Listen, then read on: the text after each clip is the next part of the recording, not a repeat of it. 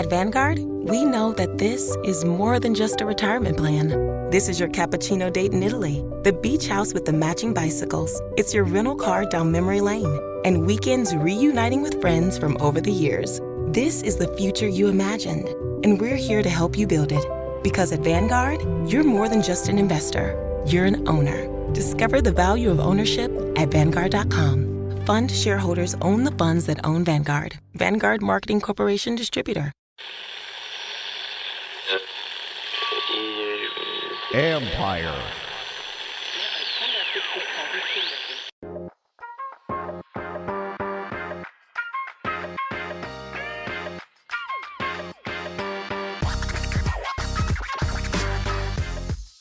Welcome to Inside the Cap. I'm your host, Joel Corey.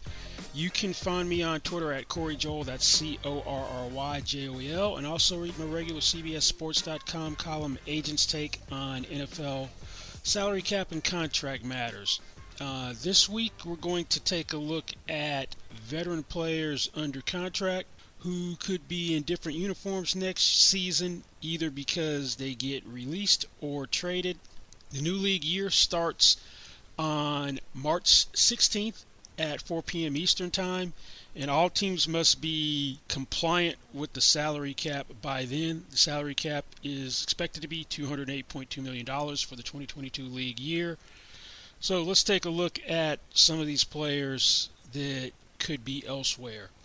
First up, the name which garners the most attention, Green Bay Packers quarterback Aaron Rodgers, the winner of the last two MVP awards. He was disgruntled last year with the Packers, and in order to end the rift and get him to play football, Packers had to alter his contract, and one of the things they did last year was they turned his 2023 contract year, which was a real contract year, into a voiding dummy contract year, which voids seventh day prior to the start of the 2023 league year. Now, that being said, that makes 2022 his contract year.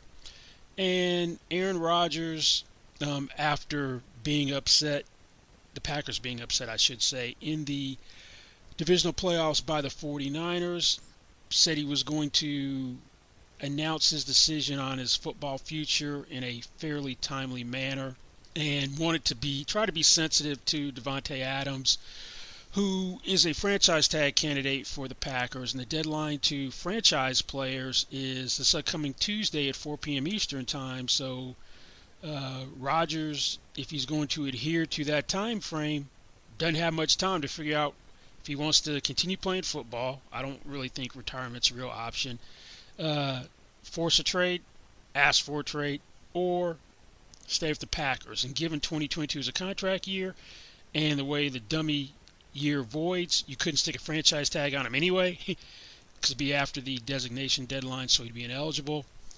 That if he's going to be a Green Bay Packer, you're going to do a new contract with him, which the Packers supposedly negotiating with him for a short-term extension. I expect any extension, whether it's short-term or a longer extension for the 38-year-old quarterback, will make him the first $50 million per year player in NFL history. Now, Packers have had cap problems. Heading into the offseason, they're about $50 million over the cap, and they've been making significant headway in trying to get a handle on their cap situation by restructuring contracts like David Bakhtiari's, Kenny Clark's, and Aaron Jones's. Now, if Aaron Rodgers decides to play, he wants to play for the Packers, his $46,664,156 cap number is untenable. Second highest cap number. So they'll have to do something to lower that, which would be through an extension. Now, if he's going to get traded, then the trade can't occur until the first day of the league year. And any team that acquires him would have to have $27,490,588 of cap space, because that is encompasses his salary and is likely to be earned incentives. Now, he's supposed to make $26,970,508 in 2022.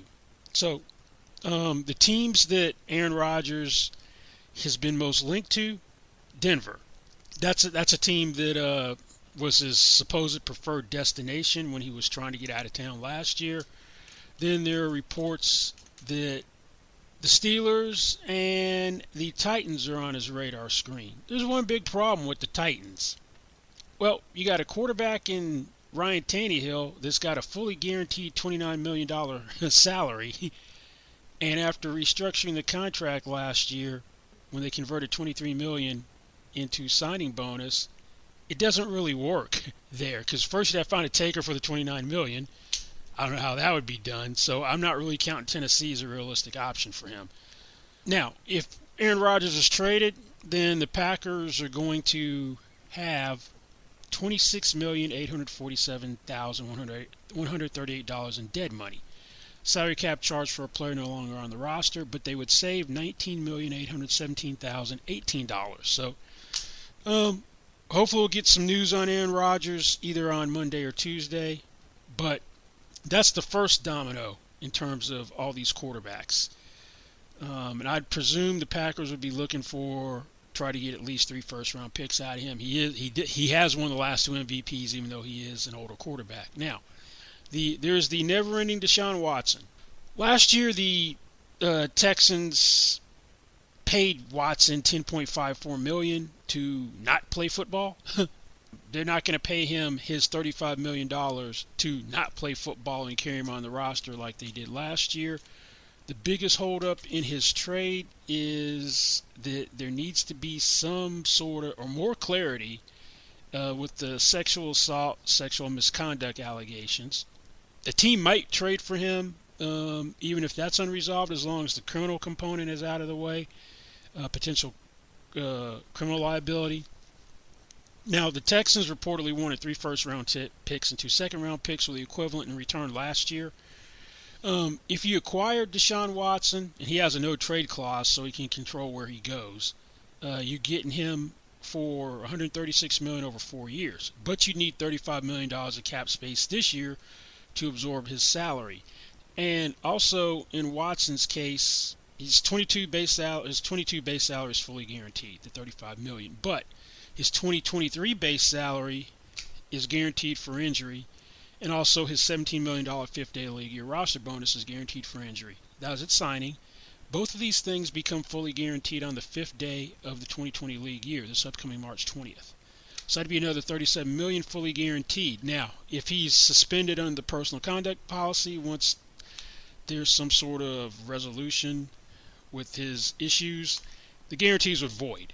And since there'd be no dead money unless you restructured the contract, you could let him go and not have it adversely affect your cap. Now, he's got a $40.4 million cap number for 2022.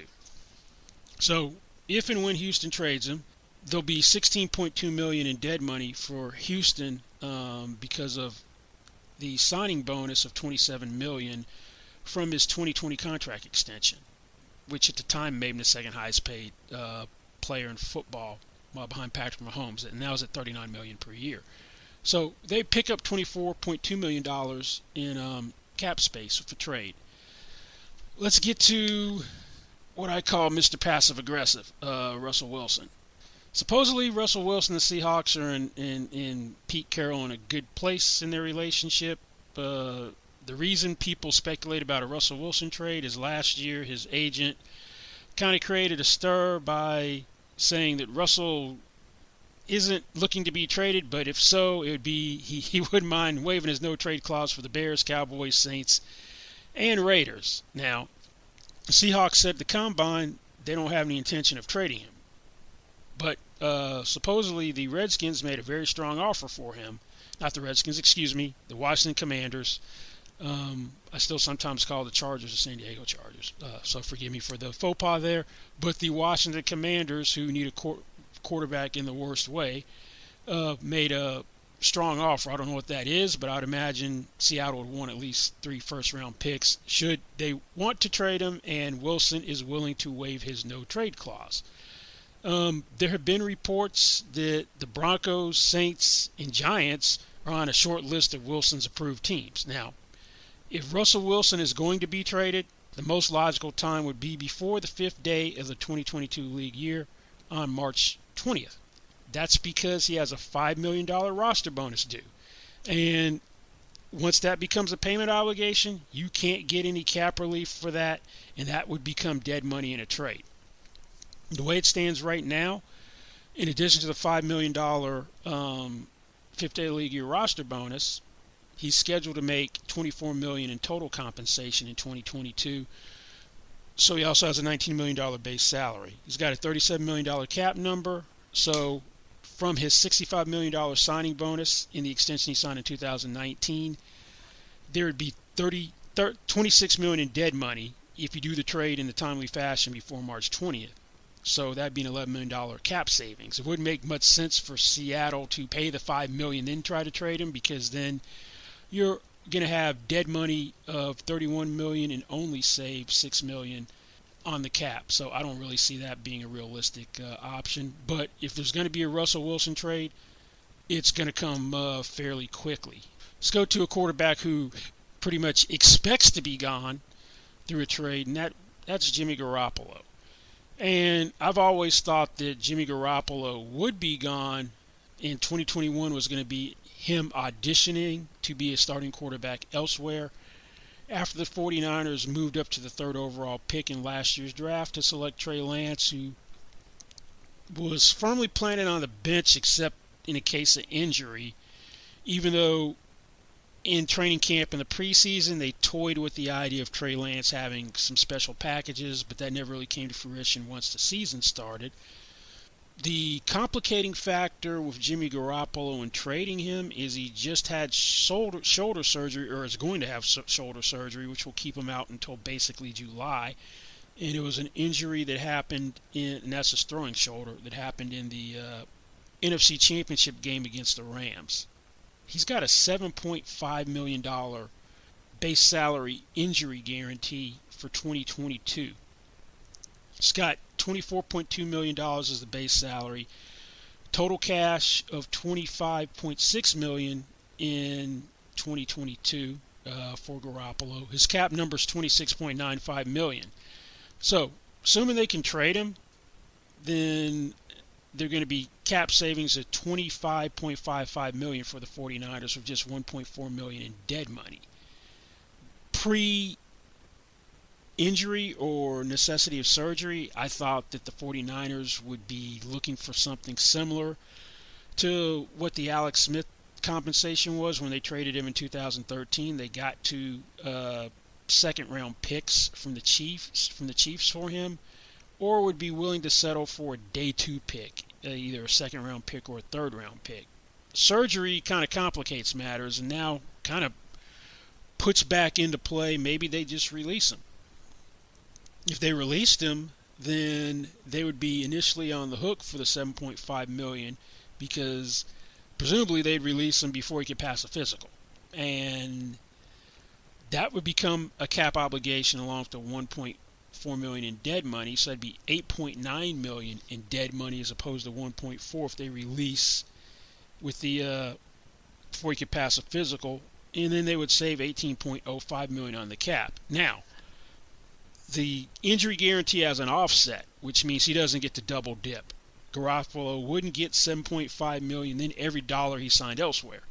So because of the offset, they would get a cap credit for whatever he signed for elsewhere, and if he signed for at least $7.5 million, then the dead money or the cap savings would go back up to $25.55. So for every dollar he gets elsewhere, they get to have that. They get to recoup that from the new contract.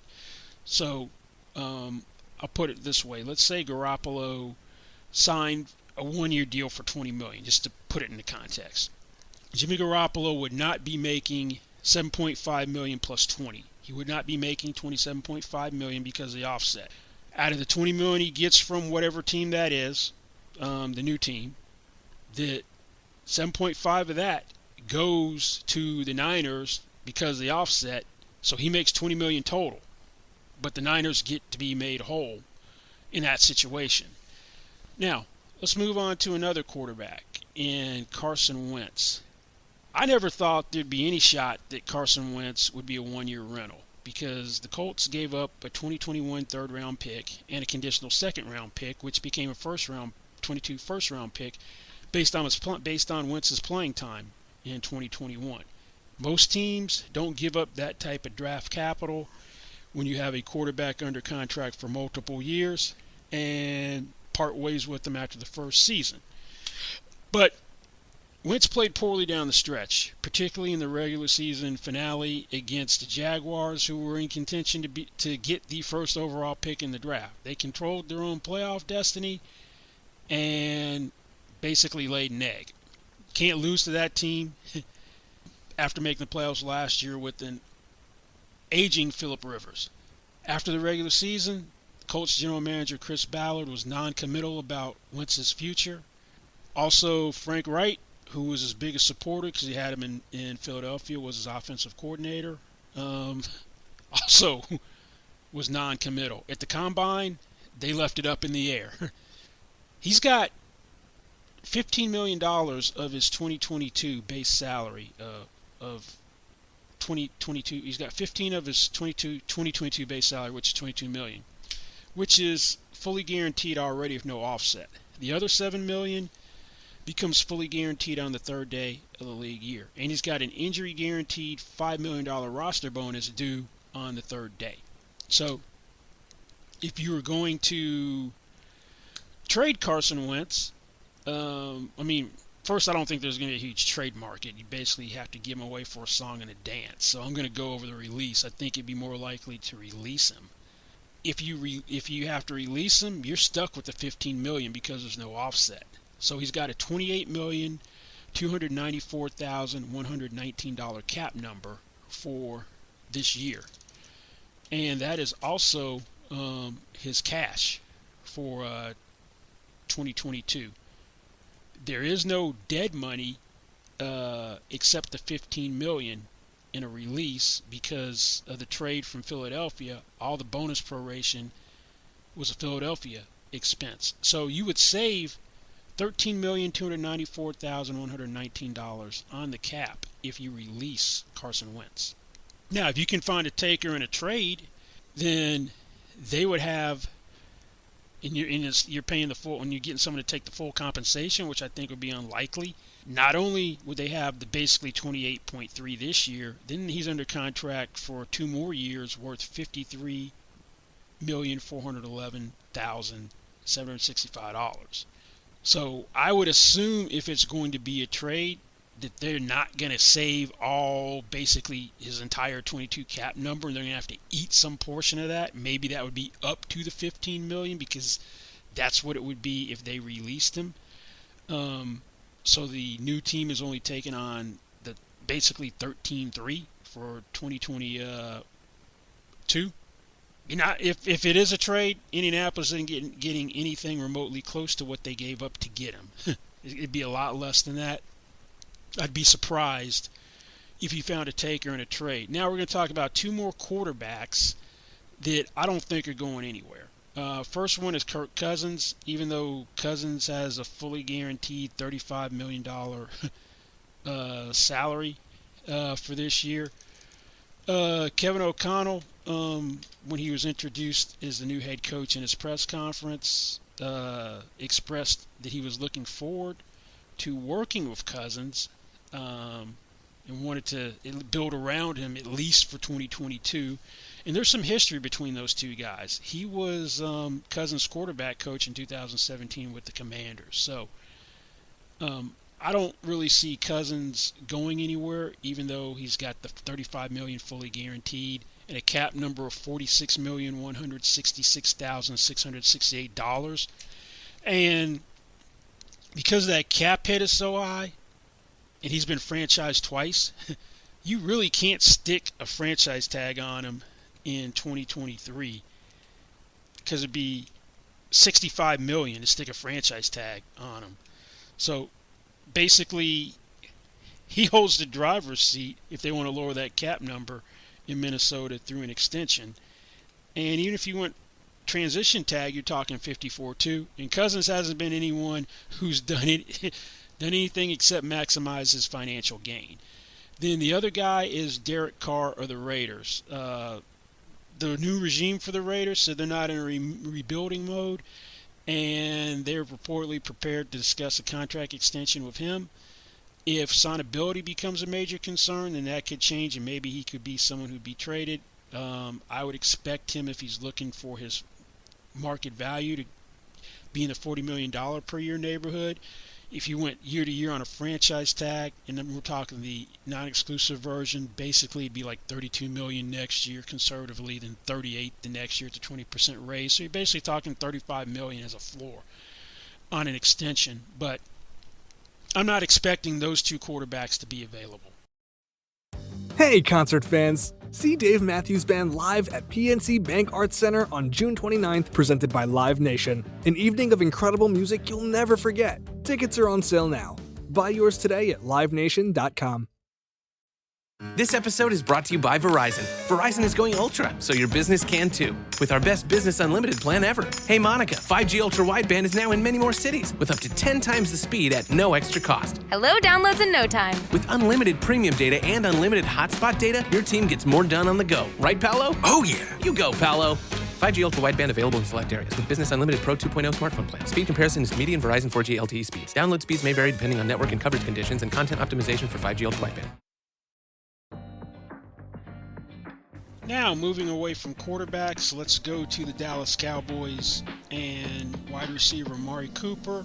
There are multiple reports that the Cowboys are going to release Amari Cooper, and Michael Gallup, who is an unrestricted free agent, is pretty close to signing an extension or signing a new deal to stay put, although he tore his ACL late in the regular season. Now, Amari Cooper has nobody to blame but himself for why this is even a possibility that he would be released this year. It's all because of a lousy contract structure which was totally unnecessary given the circumstances. Now, let's go back to what happened a couple of years ago. In 2020, Amari Cooper became the second highest paid wide receiver by average yearly salary in March 2020 in free agency. 5-year, $100 million contract.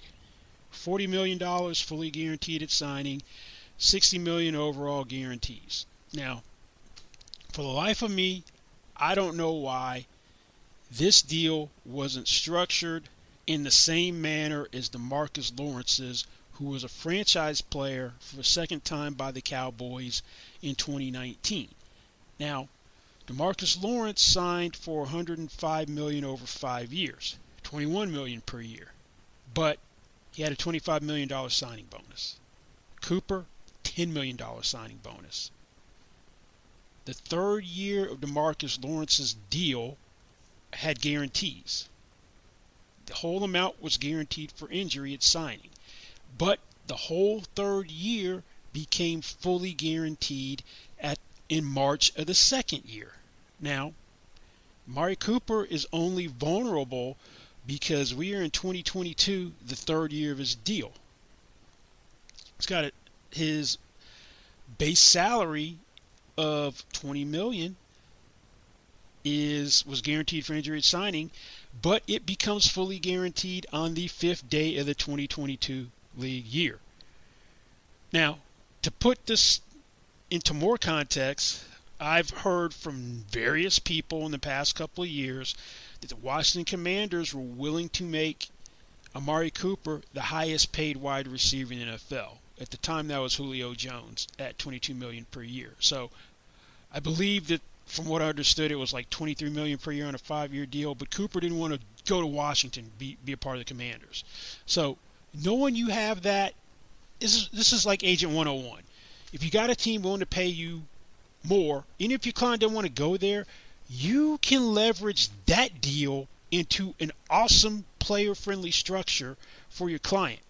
Inexplicably, that did not happen in this case. So the worst case structure for Amari Cooper should have been the DeMarcus Lawrence structure. Instead, he has a signing bonus which is significantly smaller. The guarantee is all screwed up because it's guaranteed this year, third year vest in the third year instead of the second year. So he probably, under those circumstances, could have gotten a part of that third year fully guaranteed at signing, if not all of it. And it's a very worst case scenario. It should have been like Lawrence's, guaranteed last March. Should have been guaranteed the 5th day of the 2021 league year. And we're not having this discussion, and Amari Cooper would be safe through year 3. That's why I say it's his own damn fault that he's on the chopping block. Now, he's got a $22 million cap hit for a team that was about $21 million over the cap. So, because he only has a $10 million signing bonus, there's $6 million in dead money if you cut him. And they pick up $16 million in cap space, which could go to franchising Dalton Schultz, and that'd be $10.931 million, which is the projected number. Blake Jarwin, the backup tight end, is having hip surgery and may be out for the year if it seems to be serious. But this is just a poor execution of a contract in Amari Cooper's case, because there's no way he should even be vulnerable this year. Now, that it's out there that he's available, that he could be released, that invites teams, and a team that really wants him, to make an offer to Dallas to trade for him. Now, my experience as an agent was when teams know a guy is going to be out there, and unless they really, really want him and think they don't want to outbid people for him, teams circle like vultures and wait for him to get released. So it'd have to be a team that really wanted Amari Cooper, was willing to take on and guarantee $20 million this year. The next 2 years unsecured, so it could be basically a 1-year try-it-out deal, prove-it deal, to see if he's worth staying on that contract. Or it could be a case that there's some number less than 20 that he's willing to play for to stay put, because that's his first choice, and stay in Dallas, and maybe make up the difference and possibly a little bit more through not likely to be earned incentives if he performs at the level that Dallas thinks he should for someone making $20 million per year. But not to beat a dead horse, but Amari Cooper has nobody to blame but himself and his agent for being in the predicament he's currently in. Enough on him. Okay, let's go to Kansas City Chiefs. They already cut Anthony Hitchens. Frank Clark, to me, should be vulnerable.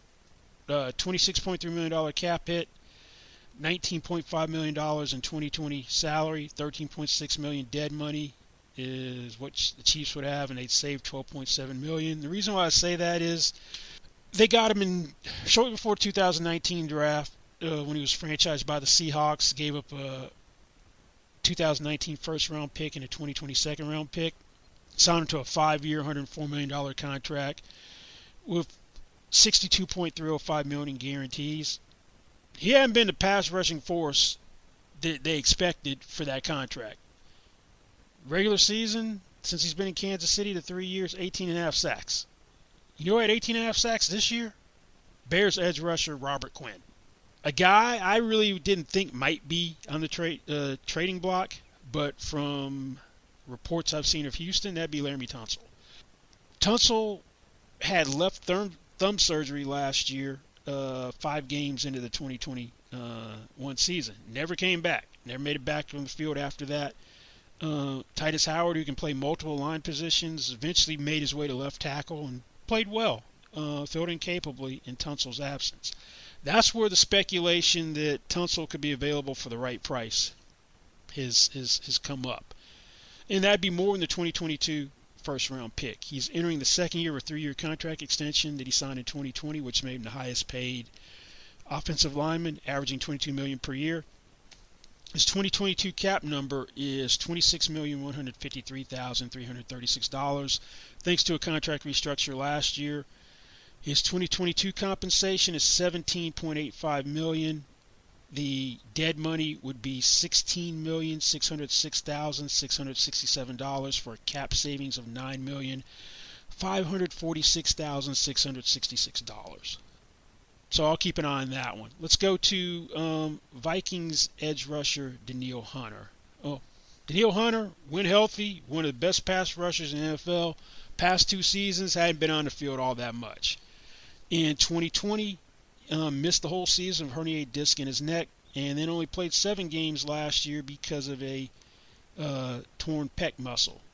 Hunter did a stupid deal in 2018, a 5-year extension averaging $72 million, 5-year extension for $72 million with a base value of $14.4 million. Now, all he had to do was play out the year and at least do what he did the year before. They're sticking a franchise tag on him, and he's in that same $20 million per year neighborhood as Frank Clark and DeMarcus Lawrence, but he couldn't do that. So to try to placate him, Vikings reworked his contract last year. He didn't get a raise for 2021, but he had $7.25 million of his 2023 compensation shifted up a year. So in 2020, he's making $20 million, and $18 million of the $20 million is a fifth day of the league year roster bonus due on March 20th.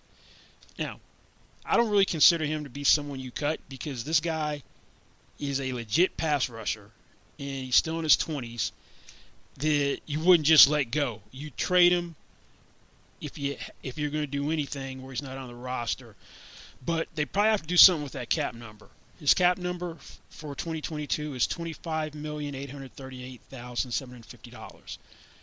So if you did trade him, and it had to be before March 20th, you'd have cap savings of $14,358,750 and dead money of $11.48 million. Now, what I think could happen is they could utilize their automatic conversion rights, which are in the contract, and take that of the roster bonus, turn it into a signing bonus, prorate over the last 2 years of the deal, and add 2 voiding dummy years as well to create $13.5 million of cap space. So that's what I think will happen if they don't trade him. I don't see him getting released. This episode is brought to you by LinkedIn.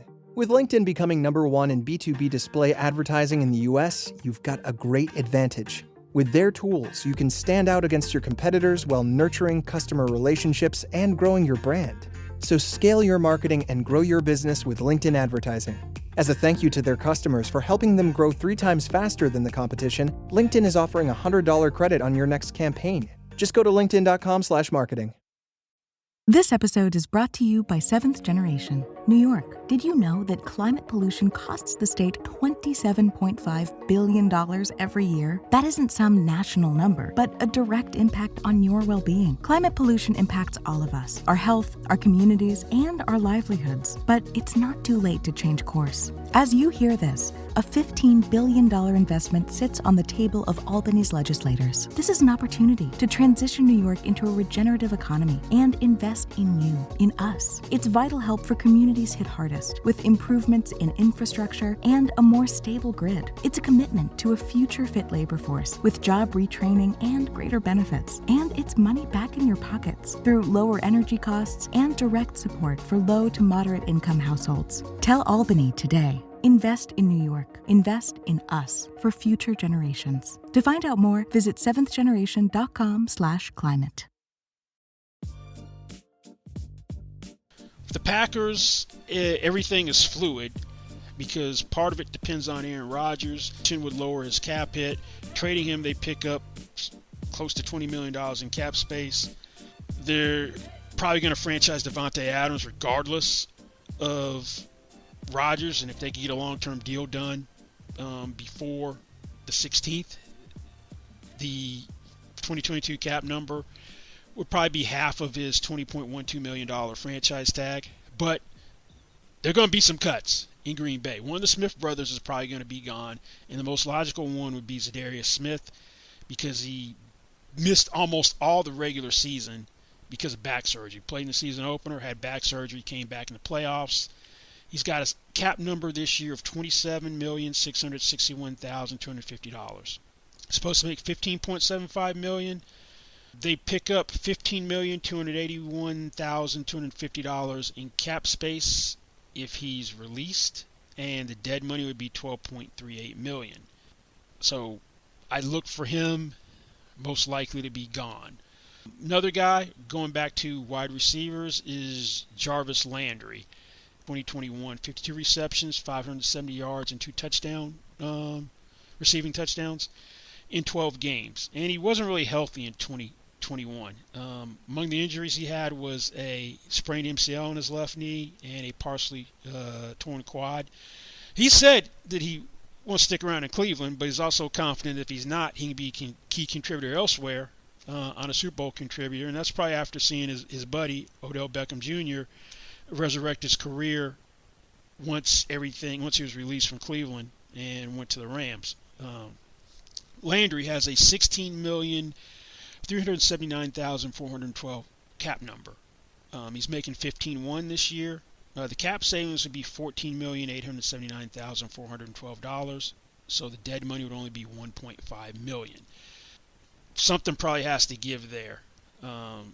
Landon Collins, someone that probably isn't sticking around the Commanders on a $16,082,353 cap number. Supposed to make $12 million in 2022. He came back from his torn Achilles in 2020 and struggled in pass coverage early in the year. Now, once they started playing in a hybrid safety role where he's close to the line of scrimmage, played his best football in 2021. I don't know if that's enough to keep him off the chopping block. You save $6,482,353 on the cap. By releasing him, you'd have $9.6 million in dead money. Now, sometimes regime changes affect a player. And when Trey Flowers, the edge rusher for the Lions, went to Detroit, he was reuniting with Matt Patricia, his former defensive coordinator for the Patriots. Signed a 5-year, $90 million contract with $56 million in guarantees in 2019 free agency. Didn't have a great audition year for the new regime last year of general manager Brad Holmes and Dan Campbell. It was an injury-plagued 21 season, which limited him to 7 games. Only had 1.5 sacks. Flowers has a $23.239 million cap hit. Supposed to make $17.625 million, which includes a $1.625 million 2022 base salary guarantee. So you save $10.386 million if he's gone, and there'd be dead money of $12.853 million. Now, speaking of injury-plagued guys, Trey Wayne was one of the guys that was supposed to help shore up the Bengals defense as a 2020 free agent. Signed him to a 3-year, $42 million contract. But he's been a disappointment because of injury. Missed the entire 2022 season for pec tear. Only played 5 games, started 4 in 2021 because of a hamstring injury. In the playoffs, he was non-existent. In their Super Bowl run, his only playing time came on special teams. Trey Wayne has a $15,858,823 cap hit. Supposed to make $11 million. The dead money would be $5 million, so they'd save $10,858,823 by releasing him. There's no way Trey Wayne is back in Cincinnati on that contract. And last but not least, let's look at another wide receiver in Calvin Ridley. Calvin Ridley was supposed to be Atlanta's go-to guy in the passing game after a 2020 breakout season, 90 catches for 1,374 yards and 9 touchdowns, especially after Julio Jones was traded to the Titans. He played 5 games in 2021 because of personal problems. He's got a 5th-year option this year that's fully guaranteed for $11.116 million. Nobody knows much about Ridley. You ask the Falcons, they say you have to talk to Calvin Ridley about whether he's going to be back with them or not, play football, or continue his hiatus. But there's been some speculation that he may want to change the scenery. And if that's the case, even though Arthur Blank, the owner, said he'd like to have him back, the 5th-year option is his cap number. So there'd be no dead money because no bonus proration associated with 5th-year option, and the Falcons would save $11.116 million on the cap by trading Calvin Ridley. So, okay, well, that's going to wrap it up for this week, looking at some notable players that could be in different uniforms next season, either because they're traded or they've been released. Thanks for listening. Don't forget, you can find me on Twitter at Corey Joel. That's CORRYJOEL. And also read my regular CBSSports.com column, Agent's Take, and we'll see you back here next time.